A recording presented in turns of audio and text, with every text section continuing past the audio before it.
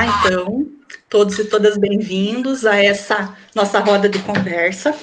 Essa roda de conversa foi gravada, mas no momento que vocês estiverem assistindo, né, conforme o cronograma da programação, nós estaremos assistindo junto com vocês. Então, daí vocês podem aí, acadêmicos, pessoal de fora, pode perguntar e discutir conosco ali nas mensagens, que nós estaremos juntos para, se for necessário, né, complementar, ou então reformular, para que todo mundo entenda mais ou menos a nossa proposta e para que a gente possa ouvir das pessoas também como que elas estão se organizando nesse momento.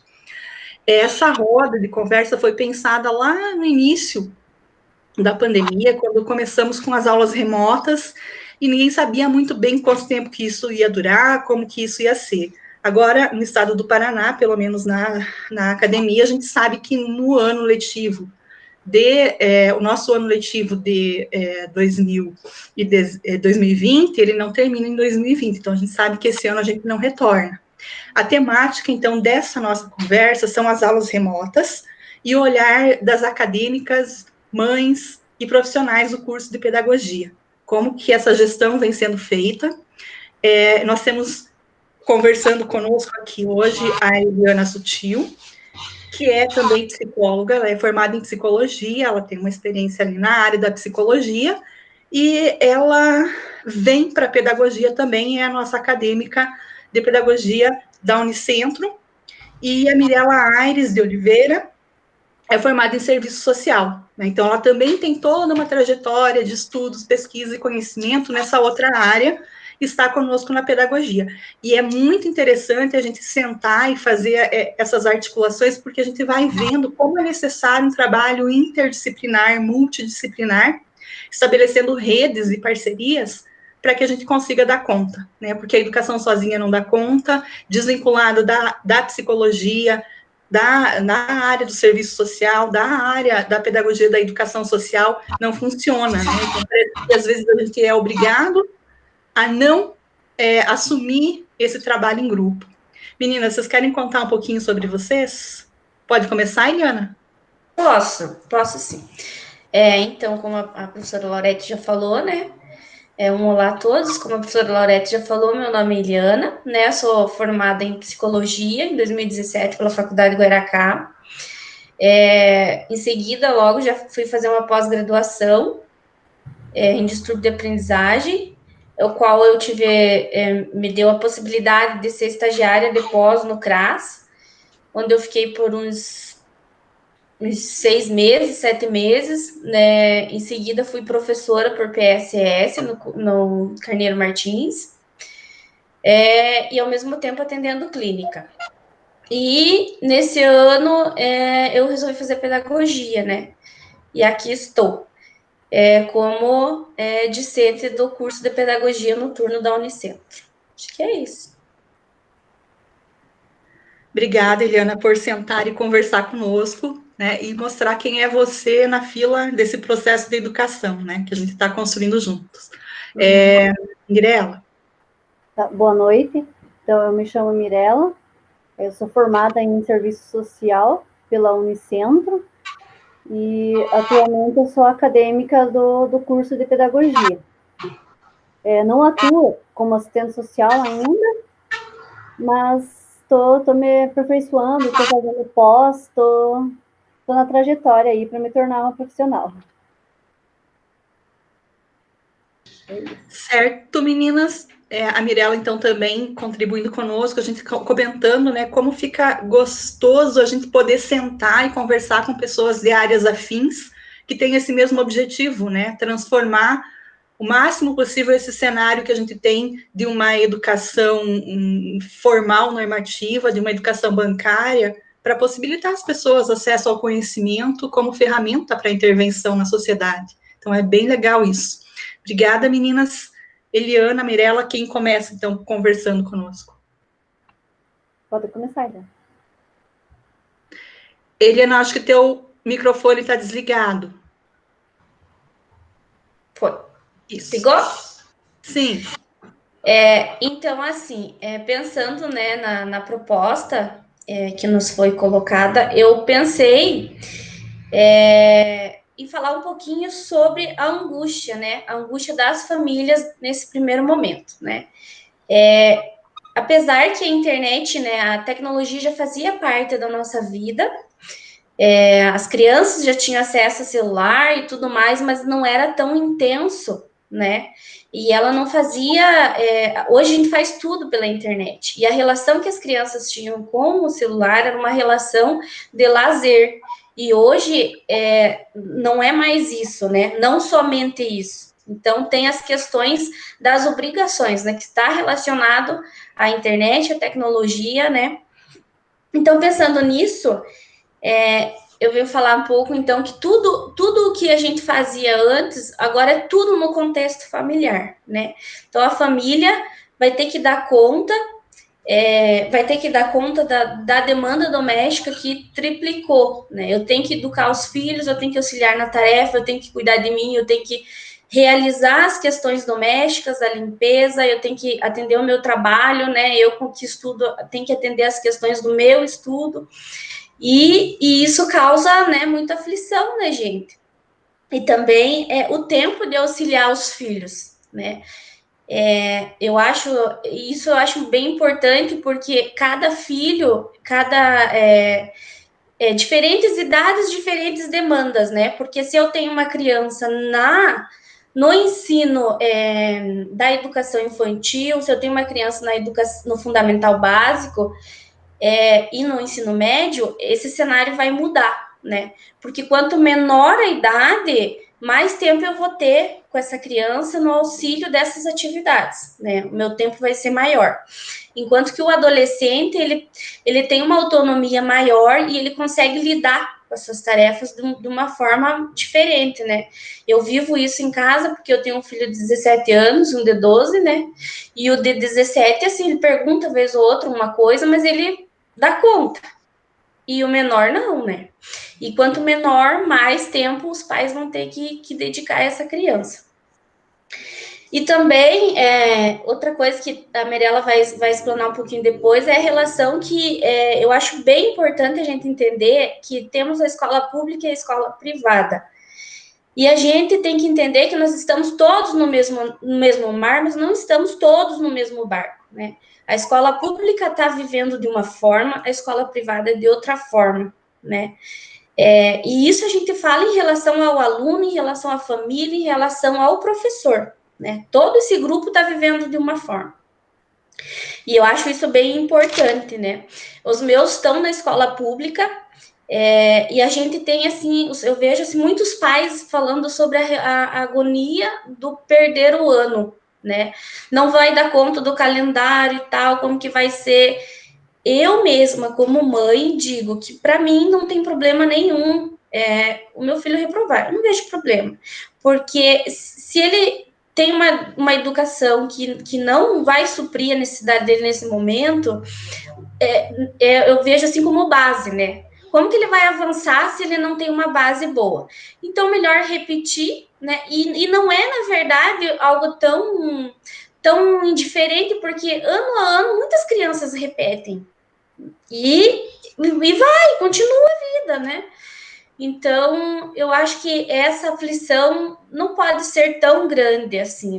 Claro que tem crianças que estão dando conta, tá conseguindo, legal, né? Mas tem alguns que não estão conseguindo. Até pelo tempo, eles não entendem que o tempo que está na internet, o tempo de estar ali é um tempo direcionado ao aprendizado escolar. Então, eles se dispersa e não rende, realmente não rende. A gente adulto mesmo toca lá o WhatsApp, chega alguma coisa, corre ver e a gente se dispersa. Então, a criança é muito mais fácil ainda. Outra coisa que pro docente também é um desafio, né? Porque ele vai ter que se adaptar em relação à situação, ele também não estava preparado para isso. Porque eu, enquanto acadêmica, até hoje, na minha vida escolar, vejo a tecnologia, entendia, né, o uso da tecnologia da show. E hoje a gente vê que é muito mais que isso, né? E os professores estão aprendendo isso e estão se adequando a essas novas ferramentas, estão aprendendo junto conosco, né? Então, e alguns que tinham, eram muito ligados àquele ensino tradicional, estão sofrendo mais ainda, porque alguns ainda mexiam alguma coisa ou outra, né?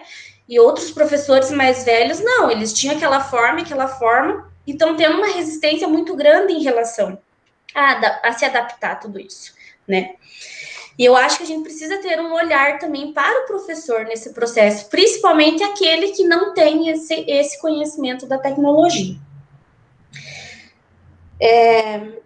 E daí eu pergunto assim, né? O que a família faz nesse momento? Então, o que a família pode fazer nesse momento? Eu digo, enquanto mãe, enquanto psicóloga, que a gente tem que auxiliar os filhos na busca da informação necessária para a realização da tarefa, da atividade, sim. Mas a gente tem que dar aquilo que é possível, né? Porque a gente não foi preparado para ser professor e a educação dos nossos filhos não pode ser nossas responsabilidades, né?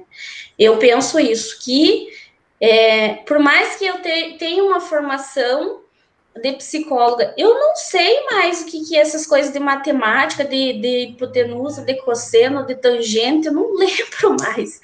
Então, a gente não vai dar conta, né? Porque cada professor tem a sua formação, tem a sua especialização, foi capacitado para aquilo, e a gente tem que valorizar isso, né? Não tem como um pai que não teve uma instrução adequada suprir tudo isso. Quantos profissionais a gente não tem para suprir a educação dos nossos filhos? Então, isso eu acho bem importante, né?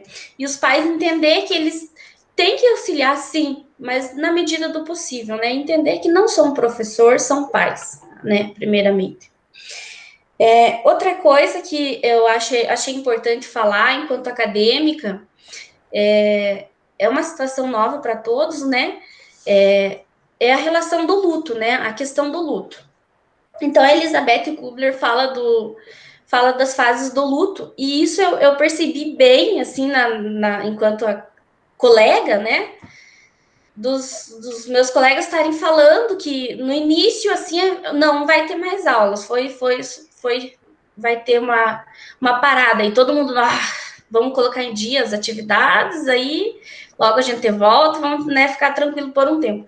Mas o tempo foi passando, e nada, e todo mundo vai ficando angustiado, volta às aulas, não volta às aulas. E a gente percebe assim então ela fala, a Elizabeth, ela fala dessas fases, né?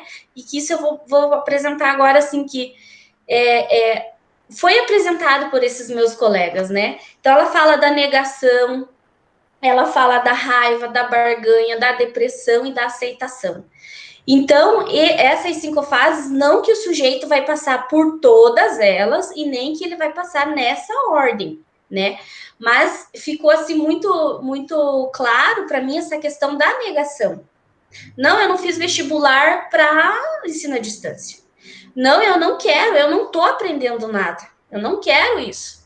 Claro que o ensino não vai ser da mesma forma, porque não era um ensino EAD, né? É aula remota, está sendo adaptado, está sendo, né? Tá todo mundo vivendo junto isso. Mas o nada, não tem como não aprender nada. Né? Toda conversa a gente tira alguma coisa, a gente aprende alguma coisa. E isso eu vi muito bem. E também a questão depois da barganha ali, que eu vi bem também. Não, vamos conversar com os professores, vamos ter que dar um jeito, vamos barganhar na situação, já que é isso, né? E depois a aceitação, é isso e é isso. E a gente, eu percebo assim que eu acredito que vai ter uma desistência muito grande quando a gente voltar. Não sei no sentido de trancar a faculdade, ou trancar o curso, ou desistir do curso, porque tem as pessoas que tiveram essa negação e não conseguiram, né, passar disso. E outra coisa, a questão da depressão também. Muitas colegas me procuraram e assim, para conversar, porque dá uma angústia, não só em relação à educação, mas no momento como um todo, trabalho, vida, a nossa vida social foi tirado, tudo foi tirado, né? Então, isso causa uma angústia muito grande no sujeito. E essa parte da aceitação não é aceitação no sentido de, não, eu aceitei e é legal e é isso, eu tô feliz. Não, é no sentido de que eu entendo a situação, é essa, e vamos ver o que vamos fazer, né, em relação a isso. E eu acho que é isso, prof.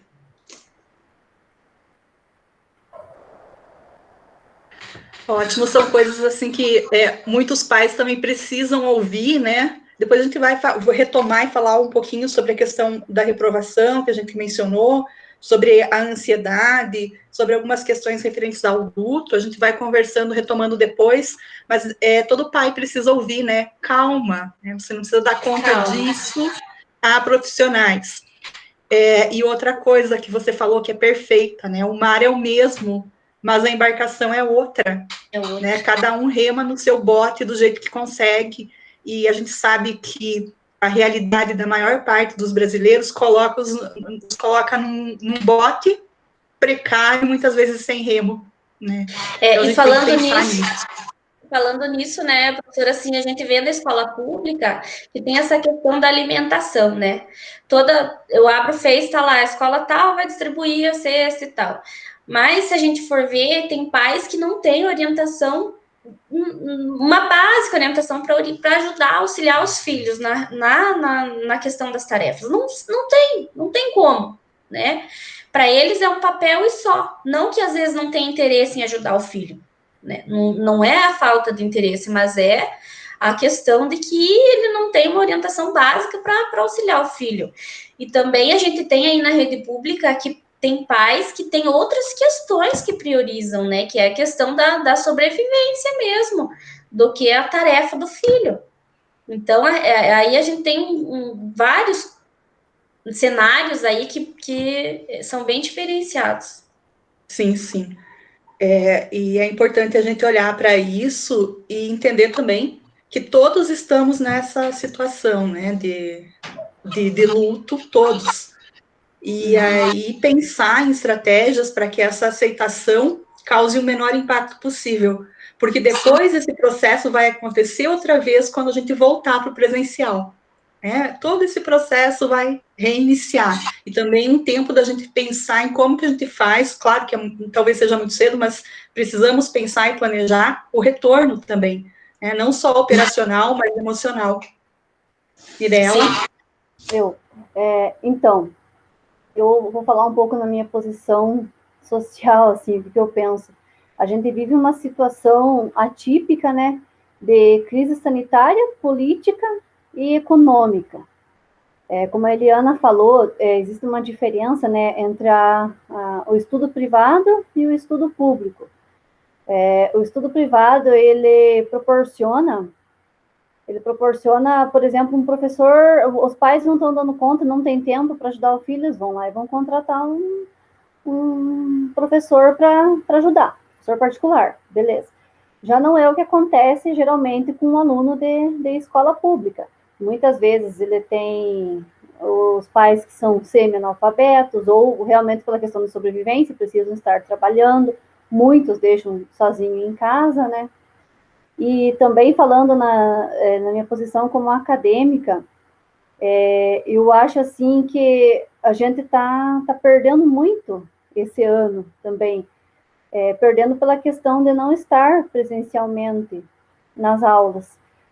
Porque, veja bem, eu não morava, não residia nesse município aqui, não morava aqui em Guarapuava, eu morava em Inácio Martins. Eu pagava o transporte universitário, quase R$200. Eu tive que romper o contrato, pagar uma multa de rompimento de contrato, porque não teria como eu, né, continuar pagando o ônibus sem utilizar. Tá? Deu certo. E também eu penso assim na omissão do Estado, sabe? Nas 3 esferas, municipal, estadual e federal. Eu não sei se estão acompanhando, ainda ontem, né? Teve um ataque do secretário de Estado. Ele quis jogar para cima dos professores, né, estaduais, a responsabilidade para os alunos participarem do Meet, por exemplo, das aulas remotas, tipo, o professor tem a obrigação de fazer com que os alunos participem, Eu não sei como que foi o desfecho dessa situação, como que ficou. Sei que ele queria impor que os professores tivessem pelo menos 2 alunos participando do Meet para que os professores não levassem falta. Ou seja, se não tivesse pelo menos 2 alunos, os professores iriam levar falta. Tá, mas os professores estavam fazendo a parte deles. Como que eles vão obrigar, por exemplo, um aluno a participar? Digamos que, porque na escola estadual, de repente o aluno vai ter 5 aulas remotas no dia, ele não vai ter paciência para 5 aulas remotas, por exemplo. Então, está bem desorganizado, eu acho que o Estado está omisso, tanto com os alunos, com os acadêmicos, com os professores, principalmente, é aquela velha perseguição, no final das contas, é isso. E assim, também aquela história do pessoal do interior, educação do campo e educação indígena. Vamos por um exemplo, por mais que a nossa instituição, a Unicentro, por mais que ela dê um celular, um chip, existem lugares que não pega sinal, não tem como o aluno ter acesso, sabe? Não tem. E, de certa forma, esse aluno vai ficar excluído da universidade.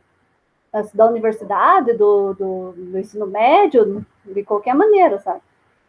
E também eu estava vendo uma pesquisa na UOL sobre as mulheres, que as mulheres têm produzido muito menos, elas têm participado menos, têm submetido menos trabalhos acadêmicos, estão exclusas de programa de iniciação científica, porque não estão dando conta da situação, de cuidar da casa, ajudar os filhos com as tarefas, e ainda dar conta das tarefas acadêmicas que elas têm, elas não estão conseguindo.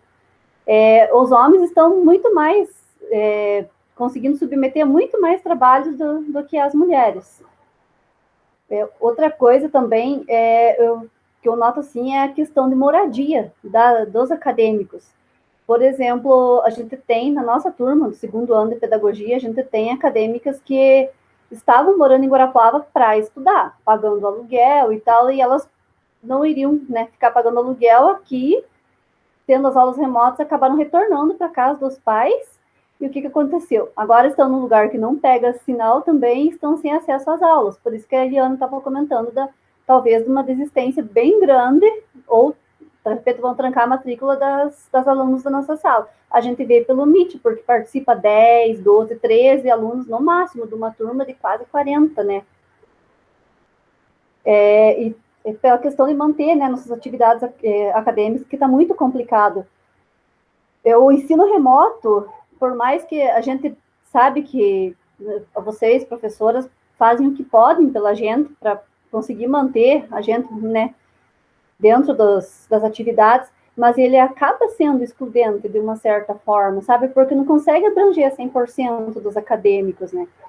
E também eu vejo o novo normal como uma ideologia. Eu já estou vendo assim como uma ideologia, sabe? Porque, na verdade, é uma falsa normalidade. Vai demorar, eu acho que vai demorar muito tempo assim, para o Brasil voltar à normalidade, sabe? Vai ser porque muita gente que está exclusa do mercado de trabalho vai demorar a se reintegrar. Seria isso por enquanto. Quiserem comentar, meninas? Obrigada, Mirella. Então, vocês levantam questões bem importantes e polêmicas, né? Como que se essa crise sanitária, de certa forma, tivesse sido colocado no país para encobrir a maior parte da população a crise política e econômica, né? Então, a gente tem visto que ela tem sido usada como pretexto, principalmente nesse momento é um ano eleitoral, eleição de prefeitos e vereadores. Então, a gente tem visto que até o discurso político e politiqueiro mudaram, né? Num primeiro momento, nós tínhamos uma negação por parte do governo, na verdade, um ataque às causas populares e às políticas populares de geração de renda, de inclusão social. E por conta dessa pandemia, né, houve, de certa forma, um movimento de legitimação do que o governo não havia possibilitado até então. É bem complicado, porque essas relações políticas e econômicas, o impacto delas está chegando, mas não chegou ainda. né? Por mais que haja pessoas desempregadas, por mais que haja pessoas em situação de vulnerabilidade, ainda a gente não conseguiu integrar e acomodar esse impacto. E isso assusta também. Assusta muito, porque a gente não sabe como que isso vai acontecer e como que as pessoas serão colocadas, ou como essa situação será distribuída e impactará no cotidiano das pessoas, nos nossos cotidianos, né? A gente tem visto já o mercado, por exemplo, a gente não precisa buscar pesquisas mais elaboradas, porque é esse o ponto da nossa conversa, né, acadêmicas e mães, porque a gente faz mercado, e a gente sabe que de uma semana para outra tem uma variação enorme de preços, né? Então a gente está vendo isso. Em relação à questão do acesso à internet, que a Mirella coloca também uma questão econômica e de políticas públicas que não existem, hoje mesmo era para mais pessoas estarem aqui na roda de conversa, né, a colega tentando acessar, e ela não conseguiu porque o sinal estava muito ruim.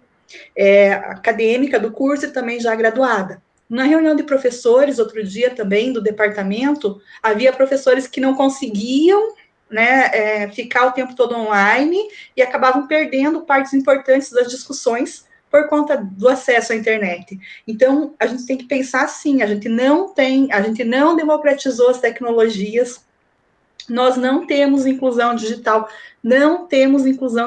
no país. Não adianta o secretário falar que estamos dando conta de 80% dos acadêmicos, 90%. Não adianta, como a Mirella falou, emprestar um celular para pouquíssimos, na verdade, né, com um chip, sem acesso de qualidade à internet. Então, a gente tem visto medidas paliativas bem frágeis para encobrir, na verdade, essa situação de vulnerabilidade de grande parte das pessoas. E quando a gente fala assim, da vida do acadêmico, vocês estão sentindo isso também na vida profissional, né? O professor, da mesma forma que o acadêmico, nem sempre tem condições materiais de manter uma internet. A gente mencionou ali o secretário de Estado da Educação, com essa pressão sobre os professores, e agora a empresa dele lança um notebook a preço popular para que professores e alunos possam adquiri-lo. Mas a gente também importa pensar aqui que a maior parte vai continuar sem condições de comprar esse notebook, mesmo que ele custe menos de R$ 1.500. Professores também, professores da educação básica, da educação infantil, que usam eles usam o pagamento para se manter. Romantizar a educação, dizendo que o professor é o herói do momento. O professor não é herói, não tem que ser herói, né? Não tem que ser herói, porque o professor não é herói. Na verdade, a nossa profissão é uma das mais subjugadas. Nós não temos espaço, não temos voz. Um professor de educação infantil, da educação básica, do ensino superior, não tem condições materiais para manter, né, uma estrutura de educação à distância, para correr atrás nesse momento. E também ele está vivendo o processo de luto, está acomodando ainda essas novas diretrizes. Só em relação ao que a Eliana comentou, em relação à reprovação dos alunos. Então, assim, tem esse paralelo, né? Alunos da escola particular e da escola pública. Na verdade, eu acredito que todos os alunos estejam mais ou menos na média, né? Então, a questão da reprovação agora, ela, inclusive na graduação, é uma discussão que eu faço. Gente, como que eu vou dar nota para o meu aluno, né, dentro de uma organização que eu estou aprendendo a fazer, né? Aí eu colocando, postando, fazendo atividade como se fosse na sala de aula. Eu acho que vocês se assustaram também comigo, né? Primeiro bloco, isso, leiam isso, vejam aquilo, 1, 2, 3 atividades, vejam conteúdo, que eram coisinhas que a gente ia fazendo na sala, vocês lembram, né? A gente ia fazendo e tudo bem. E aí eu pensei que lá no ambiente a gente pudesse fazer da mesma forma. E não pode. Né? Então, para a gente também o impacto é grande. A gente precisa muito sentar e conversar com vocês para vocês dizerem, não, professora, isso não funciona, não dá certo. Imagina lá os nossos meninos e meninas na educação básica. Então, eu acho assim que essa questão da reprovação tem que ser discutida, sim, muito bem discutida, para a gente entender esse processo e para o processo de retorno, para a gente ver essa retomada, essa reorganização curricular. Talvez isso seja até um ponto positivo da pandemia, fazer com que a gente sente e, de fato, rediscuta o currículo. Né? O que a gente está fazendo? Isso serve? Para que serve? De que forma? Né? Enfim, vocês querem falar um pouquinho sobre essa questão da reprovação nessa perspectiva? Porque está todo mundo ali, mais ou menos, né? Será a gente reprova, não reprova, avalia, de que forma que avalia isso? Ou então deixa para o retorno tudo isso para a gente ver como que está e reorientar, reorganizar os conteúdos e os alunos por série, de repente, não sei. Como mães, então, eu quero a sua opinião e como acadêmicas também, porque vocês, como acadêmicas, também estão passando por esse processo. Puxa, outro dia eu ouvi uma colega de vocês, eu acho que eu vou largar aquela disciplina, aí eu reprovo para fazê-la presencialmente depois, porque eu não vou dar conta. Deu, bom, espera aí, vamos ver, né, como que a gente faz isso. Então, eu quero a opinião de vocês como mães, né, e como acadêmicas, essa questão da reprovação, como que isso funciona na cabeça aí do povo.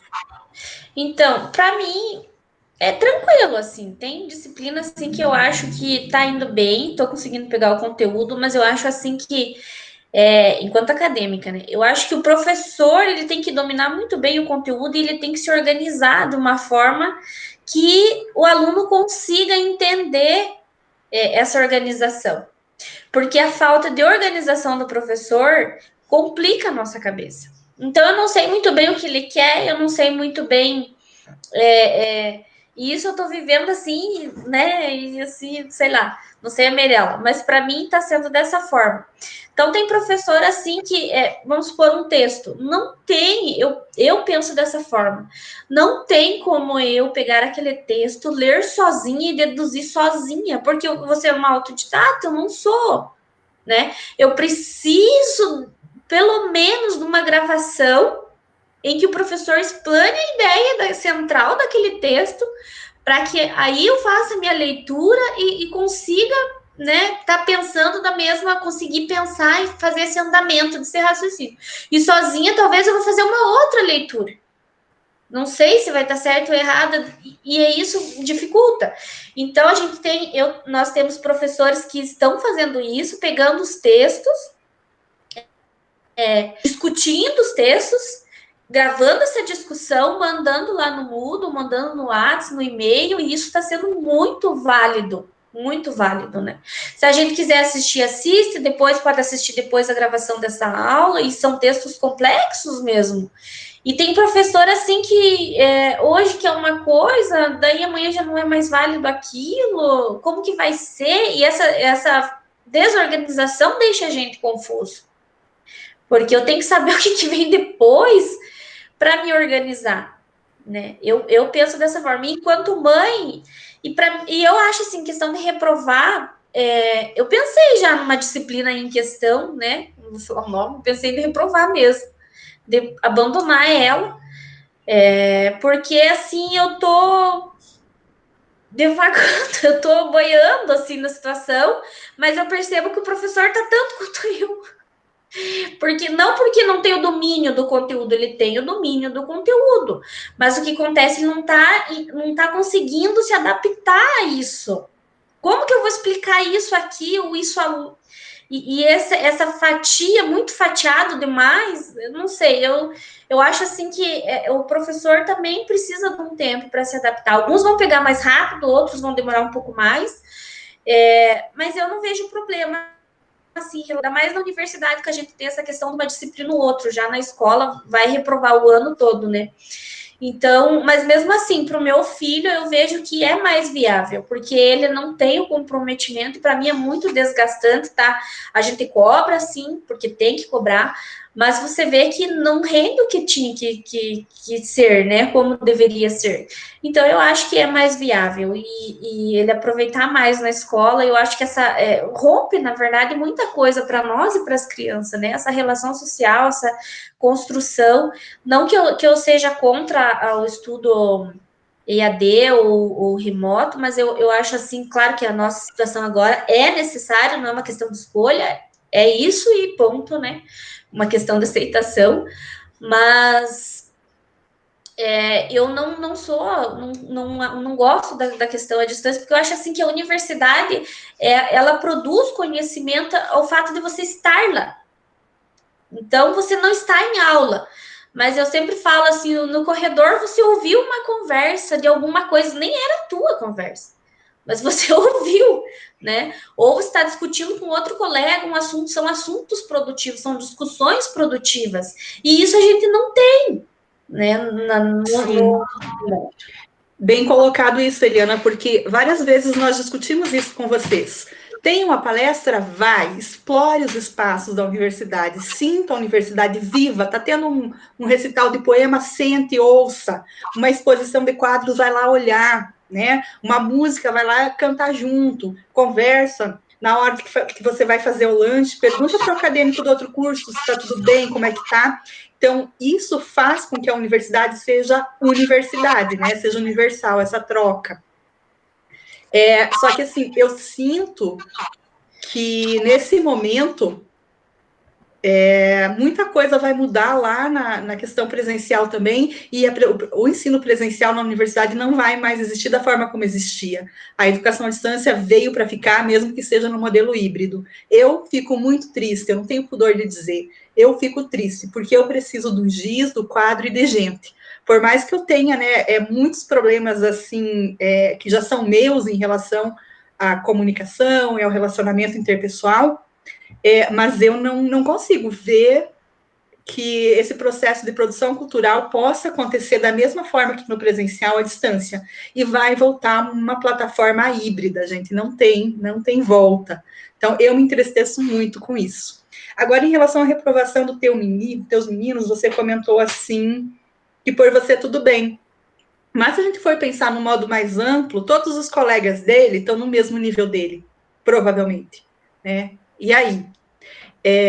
De repente seria mais interessante pensar numa estrutura de retorno para dar conta de todas essas crianças, para que elas, né, quem de repente fosse um potencial reprovado, que fosse ser pensado nele como uma classe de reelaboração no primeiro semestre, de quando voltar ao presencial, sabe? Então, eu acho assim que a gente tem poucas opções disso. Quando a gente vai lá na SED, na SEMEC, pede o plano de retorno, eles não têm claro isso.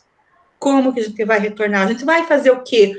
Uma organização das crianças conforme as suas limitações e necessidades, vai fazer classes especiais de alfabetização, vai fazer classes de pensamento matemático, para dar conta do que os alunos não aprenderam, né? Avaliar, o que você não aprendeu. Então, a gente vai reorganizar isso para depois seriar outra vez.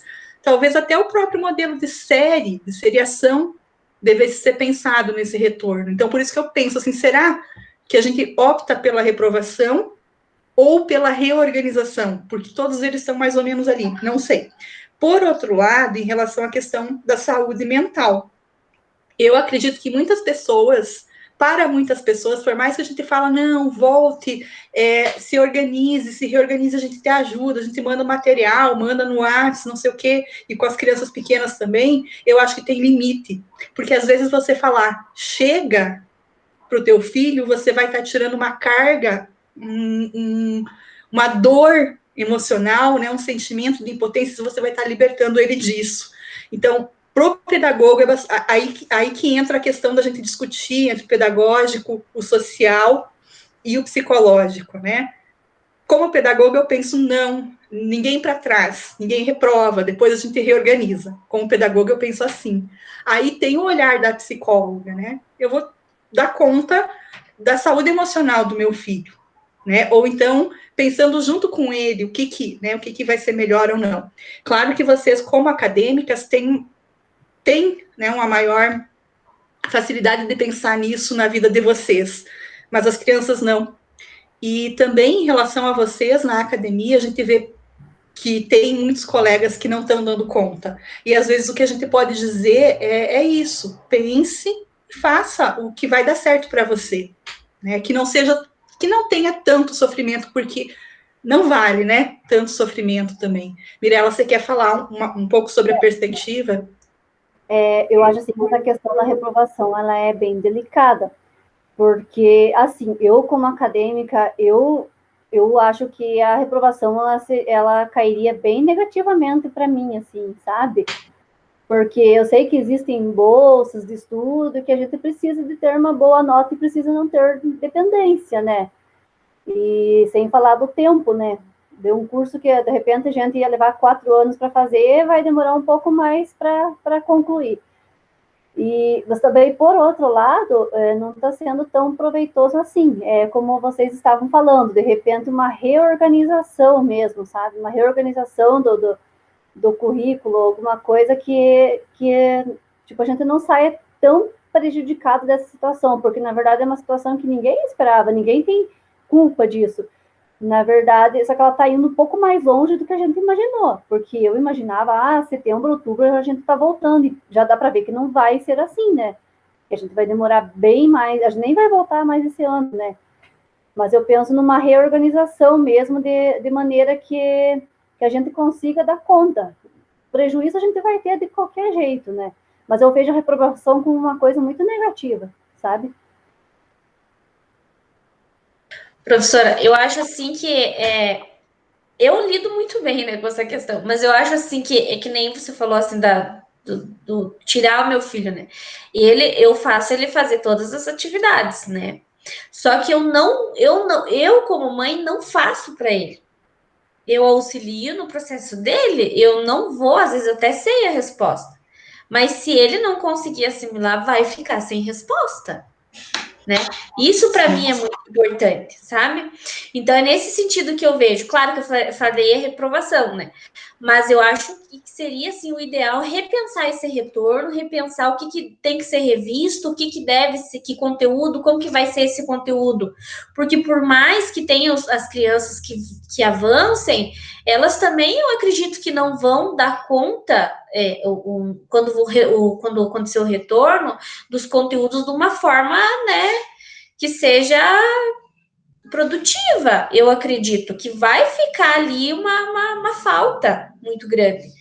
E eu acho isso para nós, enquanto acadêmicas, é a mesma forma. Claro que a gente adulto consegue lidar de uma forma melhor com a situação do que a criança, né? Porque para ele eu acho que ele nem sabe, reprovou, não reprovou.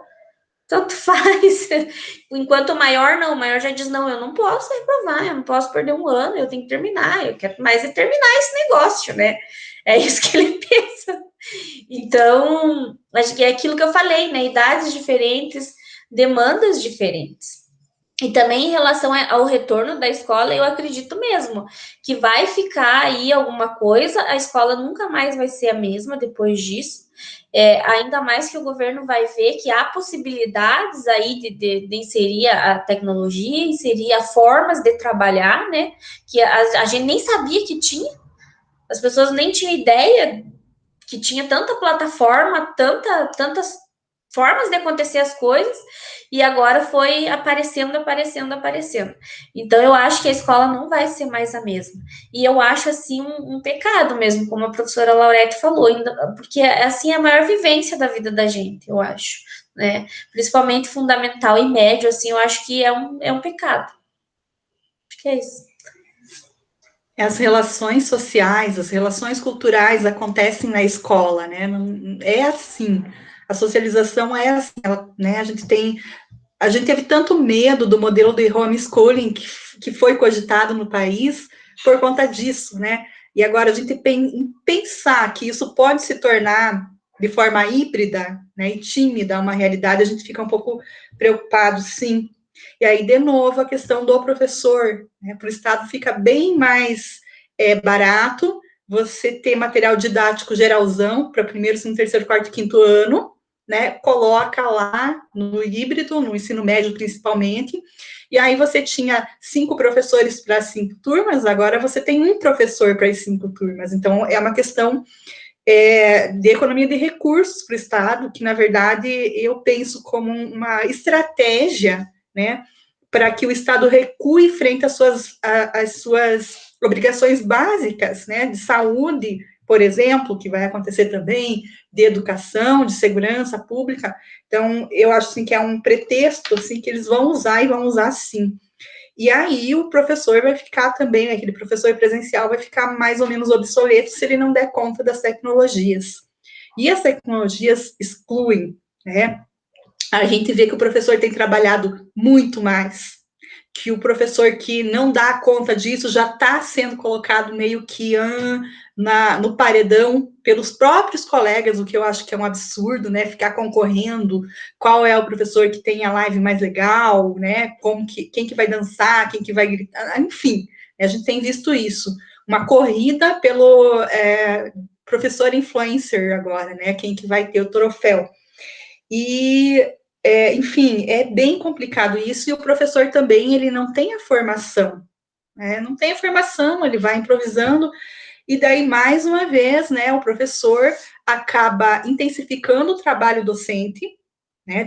Eu não faço isso, mas tem professor, porque eu acho assim que a tecnologia, ela não pode aprisionar, mas há professores que ficam o tempo todo em grupos, grupo do terceiro ano, grupo do quarto ano, do ensino médio, grupo da secretaria, grupo do núcleo regional, grupo de alunos, grupo de pais de alunos, e o aluno, ele é um adolescente, a hora que ele acha que ele tem alguma coisa, ele manda para o professor, né, e ele quer que o professor dê do evolutiva. Ou então eles ficam postando coisas aleatórias também num grupo de estudos, que acaba fazendo perder o foco. Não que não seja necessário, né? Mas não dessa forma. E aí, de novo, o Estado usando aquele coeficiente da romantização. O professor tem que dar a sua vida pela educação, o professor tem que imprimir a atividade com seus próprios recursos e ir lá entregar na mão do aluno. Aí o professor que vai lá, viaja 3 quilômetros com o seu carro para entregar o material impresso para o aluno ou para fazer libras para o aluno, é um professor louvado. Espera aí, esse professor sai do centro da cidade, né, da área urbana. Ele pode levar, se ele não tiver Covid, ele pode levar no carro, ele pode levar na roupa que ele está vestido, no pneu do carro. Então, ou seja, esse professor está levando para o interior uma possibilidade bem maior de que aquelas pessoas sejam infectadas. Como assim? É aula remota, mas ele vai dar aula de Libras. E aí, pensem, né, na possibilidade maior de contágio. Ele senta, ele pega o material, por mais que ele dê aula embaixo da árvore, que é uma situação romântica, né, toda aquela coisa, e a romantização, na verdade, sempre tem a ver com sacrifício, né, e depois a vocação do professor mártir. Então, eu sou muito contra isso. Veja a falta de responsabilidade desse professor que vai até o aluno, né, vai para o interior, podendo levar o vírus a uma comunidade que até então estava mais ou menos protegida lá.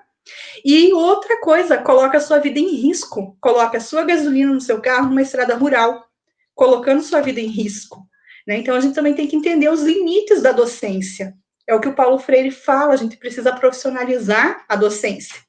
Não vai esquecer o amor, não vai esquecer de forma nenhuma o respeito e o compromisso ético e estético, né? Mas ele não pode, dessa forma, fazer com que a sua profissão seja banalizada ou que seja subvertida, porque eu preciso ter rigor acadêmico, sim, né? E isso não quer dizer que eu não tenha desenvolvimento afetivo, que eu não ame o meu aluno, que eu não... E amor significa isso, respeitar, não tentar fazer uma coisa que faça que, de repente, a criança esteja em risco, o adolescente esteja em risco, né? Então, amor é respeito. E eu respeito quando eu preparo a minha aula, quando eu organizo os conteúdos, as disciplinas, para que esse meu aluno tenha voz. Mas eu não posso me colocar em perigo, e muito menos colocar o meu aluno em perigo, porque eu quero salvar o planeta, e eu não vou salvar, né? Essa missão salvífica do professor e da educação é mito. Um mito para que o Estado recue das suas obrigações, mais uma vez. Meninas... Acho que isso. Eu acho que é isso mesmo, professora, porque eu penso assim que a nossa sociedade, o Brasil em si, ele glorifica muito essa questão do sacrifício, ele romantiza em tudo, não só na educação, né?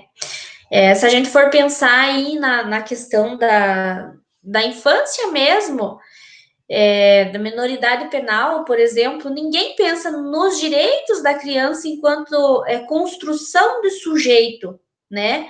Ninguém pensa assim, que essa criança, no seu desenvolvimento, ela tem direito à educação, ela tem direito à moradia, ela tem direito a lazer, isso nada importa. O que importa é que ela fez um crime com tanta idade, tal idade, e ela tem que pagar. E então eu tenho que brigar por ela pagar, não brigar por ela acessar esses direitos que vai fazer dela um sujeito ativo na sociedade, né? Um sujeito pensante na sociedade. E a gente tem muito esse histórico no Brasil, e isso é em tudo, eu acho, e isso não é bom. Era isso. Tá, quanto a isso, né, acesso a direito, né, acesso à escola, acesso a lazer, acesso à moradia, alimentação, saúde. Então, eu acho, assim, que a gente está vivendo como a gente diz, a necropolítica, coisa assim, Isso. a política, né, de morte, traduzindo, vem com esse movimento neoliberal, com essa política neoliberal lá de trás já, sabe? E agora, com o nosso governo federal, isso daí só está cada vez mais se materializando. São muitos ataques. Ataque ao Estatuto da Criança e do Adolescente, ataque ao SUS, ataque aos professores. Eles estão tentando materializar, e isso é do governo neoliberal de extrema direita, o governo conservador. A gente vê muito aí, como aconteceu no caso da criança lá de 10 anos, lá que, né, teve que fazer o aborto. O próprio Estado, quem deveria proteger a criança, o próprio Estado, a ministra dos Direitos Humanos da Família não mandou a equipe dela para ir na casa da menina para dizer para a menina levar a gravidez adiante. Cara, o Estado tinha que proteger essa criança e não colocar ela num risco maior, divulgar dados. Então, o Estado está sendo muito omisso, sabe? A gente está vivendo uma situação bem delicada no país, assim. O fascismo materializado, tomando conta de todos os setores. Vamos queimar o Estatuto da Criança e do Adolescente, jogar na latrina, como disse o presidente um dia. Então, é uma situação delicada, e o Estatuto da Criança e do Adolescente, ele é muito novo, né? A gente tem o que aí, não sei se temos 30 anos, eu acho, do Estatuto da Criança e do Adolescente. A gente tinha o Código de Menores, que, na verdade, só não restaurava, não fazia nada, ele ainda deixava a criança, colocava a criança, o adolescente ainda mais para baixo, tipo aquela questão da punição. Então, ele é bem novo, bem recente. Então, é uma situação muito delicada, porque eu acho que se a gente não acordar de todo esse caos que a gente está, de todo esse fascismo que a gente está vivendo, se a gente não acordar disso daí, a gente aos poucos vai cair dentro de uma nova ditadura, não a ditadura como foi, mas uma outra ditadura, uma ditadura democratizada, digamos, entre aspas, porque o presidente foi eleito democraticamente, então, né? Mas então é uma situação bem delicada, mexe aí nos direitos como um todo, sabe? Viu, Mirella? E pensando assim eu sempre falo assim que a escola, como eu falei antes, nessa construção do sujeito na educação, então se eu falho nisso, como que eu vou ter um sujeito crítico em relação à política, em relação a tudo que está acontecendo agora, né? Eu vejo por mim mesma, porque eu sou a primeira da minha família a ter um curso superior. O quanto você se transforma. Não tem como você fazer um curso de psicologia e sair o mesmo. Não existe como, né? Então, o quanto que você acessa. E eu acho assim, e quando falha na educação desse sujeito, o que acontece? É essa questão democrática que você falou, né? Por quê? Porque as pessoas nem sabem muito bem a que lado que ela vai, o que vai escolher, mas está indo, porque o outro está indo. Então, eu não tenho informação suficiente para eu decidir por mim mesmo. Então, eu vou decidir pelo outro, o outro diz que é legal, eu vou fazer isso. Então, isso eu acho muito importante. Eu achava assim que teria que ter, eu penso que deveria ter, claro que não vai ter, né? Mas eu penso que deveria ter uma disciplina de políticas, sabe? Políticas mesmo, discutir o que é política no nosso país, o que é a função disso, o que é a função do vereador, o que é a função do prefeito, como que se constrói isso, como que surgiu isso, para que a gente seja formado em relação à política. E isso faz muita falta quando a gente vai discutir, as pessoas não sabem o que é, né? O que o vereador faz, o que o prefeito faz, o que o governador faz, né? As pessoas não sabem. Eu acho que isso tinha que ser discutido em sala. Não sei se vocês concordam. Eu concordo, sim. Na verdade, a gente vê a ausência dessa discussão em muitos cursos de licenciatura. Eu acho que na pedagogia a gente até discute mais do que nos outros cursos por conta da carga horária. No curso de vocês também, né, Mirella? Sim, bastante. Né? Porque a gente vai, no nosso, as políticas de educação, então tem a ver com todo esse contexto, no serviço social é mais ainda, né, uma discussão mais aprofundada ainda, e eu acho que sim, a gente deveria discutir isso desde os anos iniciais com as crianças, sabe? Quando a gente faz um movimento de escolher o líder de turma, já fazer todo esse processo, esse caminho democrático e trabalhando a questão da ironia, da demagogia, do discurso, das reais possibilidades, da escolha democrática, né? Fazer esse processo, não, né? Não precisa teorizar, faz ali na prática, a criança vai entendendo com o passar do tempo. Mas a gente vai olhar, daí muitos cursos de licenciatura não discutem, nem na licenciatura, de forma muito efetiva isso. Né? Aí o professor vai para a escola e ele não tem condições de trabalhar isso de uma forma pedagógica. Discutir política é pedagógico, discutir religião é pedagógico, né? Discutir a questão dos minorizados é pedagógico. Na verdade, é humano, né? É humanizador. Então, nós temos aí muitos seres humanos e pouquíssimos seres humanizados, porque não discutem isso. E o nosso país carrega essa herança maldita, né, que é da renovação dos preconceitos estruturais que estão aí, que é da falta de voz do oprimido, e aquele mito de que o oprimido tem que se estabelecer e tem que trabalhar para que o seu patrão esteja bem, para que ele fique melhor, para que ele possa pisar no outro oprimido.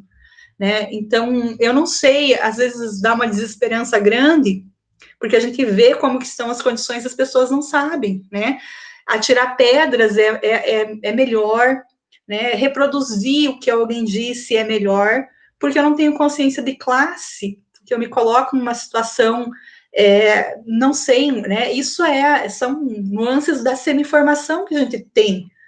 E o ressentido quer descontar a sua dor no próximo, né? O semi-formado, ele se ressente. E a gente não consegue nem discutir, porque se a gente discute, mesmo na sala de aula, às vezes as pessoas ficam magoadas, ficam chateadas, em alguns momentos até o professor e o aluno não sabem, na verdade não sabem discutir de forma pedagógica e produtiva, né? A gente acaba se agredindo ou não. Então, assim, a gente deveria trabalhar mais nessa perspectiva da comunicação não violenta. E falta isso agora, falta muito isso, né? Falta. Tem um vídeo do Cortella que ele fala isso, acho que era do Cortella, que a gente tem que discutir, aprender a discutir, né? Tem coisas que são discutíveis, política é discutível, né? Então ele fala, por exemplo, se eu pego um pedófilo, eu vou discutir ele na questão penal, não é discutível, é um crime, mas se eu vou discutir ele na questão médica, na questão psicológica, é discutível. É isso que a gente tem que aprender. Né? E a gente não sabe o que é e o que não é e nem como fazer. E a gente se perde em meio ao processo. Né? E isso faz muita falta. E aí que a gente vê a falta de políticas públicas. Gente, é um mínimo de assistente social que tem no município. Meu Deus, a gente fala assim, olha, ela está fazendo serviço social. Para quê? Né? Por quê? Porque a gente não entende o papel fundamental desse profissional. Ou, na verdade, a sociedade conservadora não quer, né? Não quer olhar para esse profissional e dar espaço, porque daí a gente transformaria muito. Né? Já imaginou a gente ter educadores sociais na escola? O serviço do assistente social na escola é bem definido, mas para além daquele profissional, nós temos outros profissionais de serviço social para trabalhar com a educação social, né, com blocos de conversa, de discussão com os pais, de mobilização comunitária em torno da escola. Gente, cadê esses profissionais? Psicólogos também, né, para trabalhar não só a parte clínica, né, Eliana, mas o processo de ensino-aprendizagem, as dificuldades de aprendizagem. A gente precisa de um psicólogo na escola também. E tudo isso cai sobre o pedagogo, né? Uhum. Aí o pedagogo fica fazendo de conta. Mirella. só colocando assim, eu acho que o pedagogo acaba sobrando para ele a função de psicólogo e de assistente social dentro da escola. Porque, assim, veja o quanto que iria desafogar, por exemplo, os serviços do CREAS, do CRAS, que já é uma situação de vulnerabilidade bem crítica, né, quando já foram violados os direitos todos, se existisse, né, o assistente social e o psicólogo na escola, né, já, na verdade, foi sancionada a lei, né, vamos ver se logo se adaptam a isso, né, vamos ver, mas assim, por quê? Porque poderia ser resolvido ali, sabe? E às vezes essa demanda que tem que mandar para outro setor, para outro lugar, acaba que não vai. Eu acho que seria muito mais viável eles estarem perto para resolver ali, sabe, discutir ali, né, em toda uma equipe, né, do que levar para frente, porque às vezes por o assistente social ter muita demanda lá no CREAS, lá no CRAS, lá na assistência, ele acaba que não consegue dar conta de tudo. Não do jeito que deveria ser, sabe? Não é um atendimento integral. Na verdade, a nossa profissão é bem cruel, porque pedagogo, psicólogo e assistente social acaba trabalhando só na remediação, só depois que acontece. E se a gente for olhar as diretrizes da nossa profissão, não é nada disso. A gente tem que trabalhar na prevenção, né? A gente se forma, a gente estuda para trabalhar na prevenção. Só por que a gente não consegue fazer isso? Porque o Estado mesmo recua, porque o Estado não investe ali, né? Porque a gente tem uma cultura coronelista e o imperialismo pisa nessa cultura e faz com que a gente deixe as coisas importantes de lado em prol de um desenvolvimento econômico do país, né? Como se o desenvolvimento social, por si, não trouxesse o desenvolvimento econômico, mas há pouca vontade política para isso, em todos os níveis. Há pouca consciência de classe, quase nenhuma. Então, a nossa profissão, que deveria focar na prevenção, na educação e na prevenção para a construção de projetos de vida, acaba o nosso foco todo, a nossa profissão toda, a nossa energia toda fica lá concentrada em apagar incêndios, em remediar o que às vezes nem tem mais remédio, né? Porque já passou da hora.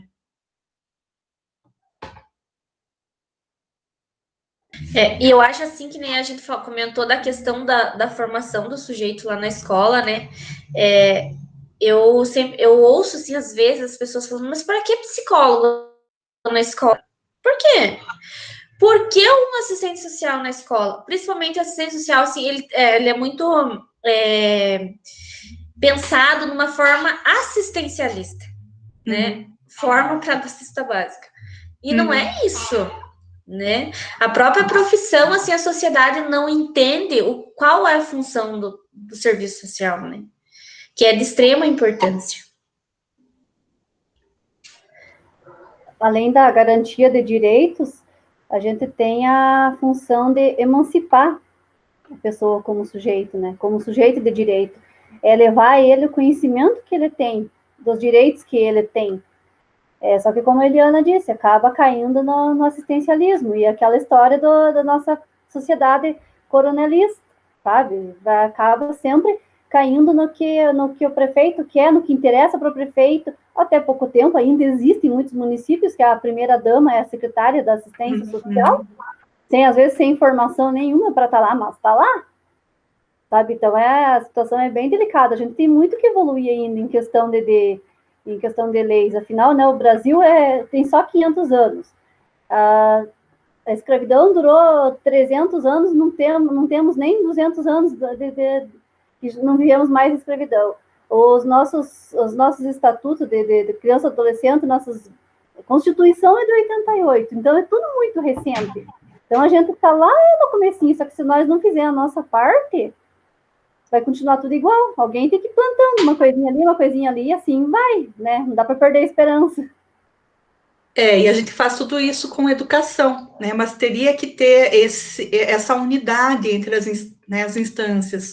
Os professores, os pedagogos, o assistente social, o psicólogo, de repente, até depois, né, sendo um pouco mais utópico, o nutricionista, o fisioterapeuta, porque a escola é o berço da formação, né? E o nutricionista, o educador físico que já está lá, o fono, esses profissionais todos, o educomunicador, né? Já pensou a gente faria uma rede e formaríamos pessoas, né? Gente, nós formaríamos gente.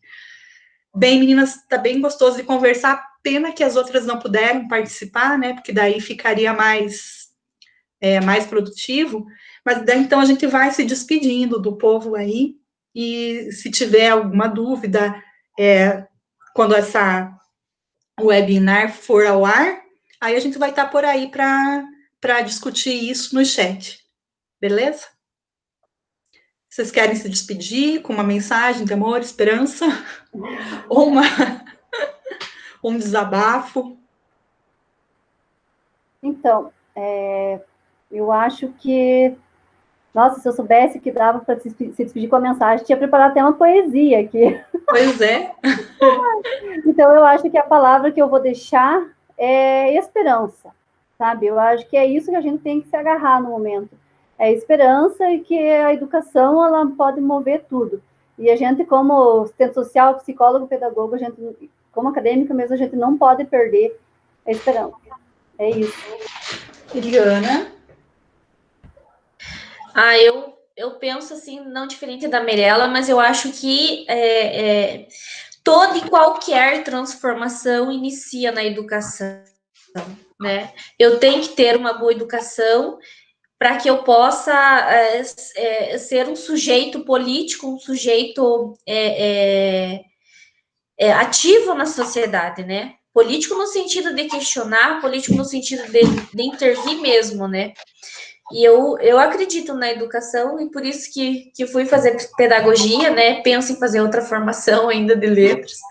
E eu acho que é esse amor ainda da educação mesmo que a gente tem. E essa fé de acreditar que é aí que começa a transformação do sujeito, que a gente tá aí. Eu acho que é isso.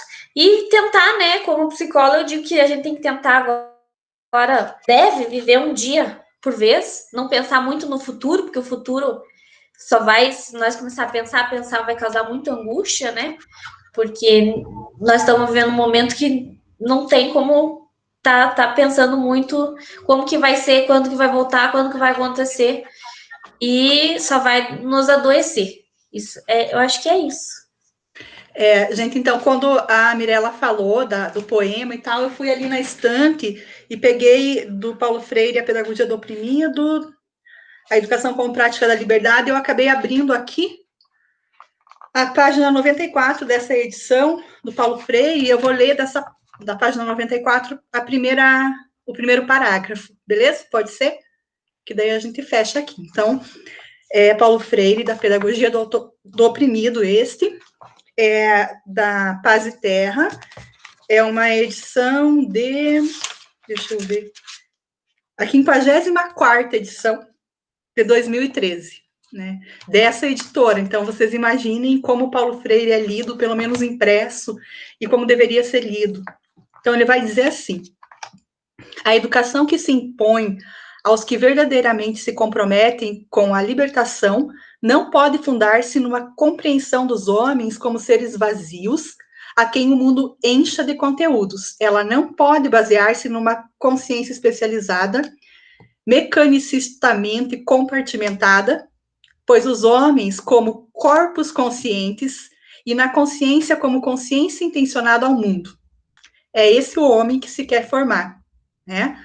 Um homem como corpo consciente e na consciência como consciência intencionada ao mundo. Então, um homem precisa se entender o mundo. E isso só é possível com voz, né? E a voz deveria ser nos meandros educacionais que a gente pudesse dar, oferecer, e o Estado garantir isso nos direitos.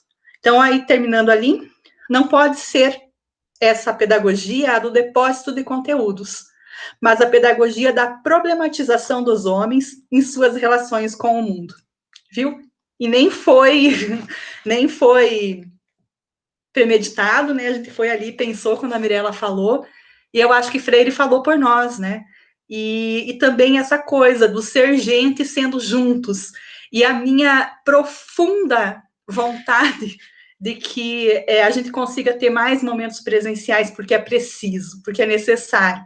Eu tenho pé muito atrás com a tecnologia, com as redes sociais, com essa forma como que a gente está se reorganizando. Eu acho que nós precisamos ser gente juntos.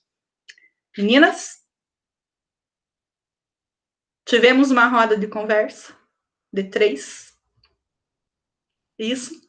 Obrigada, então, a todos que estão ouvindo, a todas as pessoas, a todos os seres humanos, a toda a gente que está nos ouvindo. E a gente conversa mais no chat, no horário previsto para a abertura da web. Beleza? Tchau.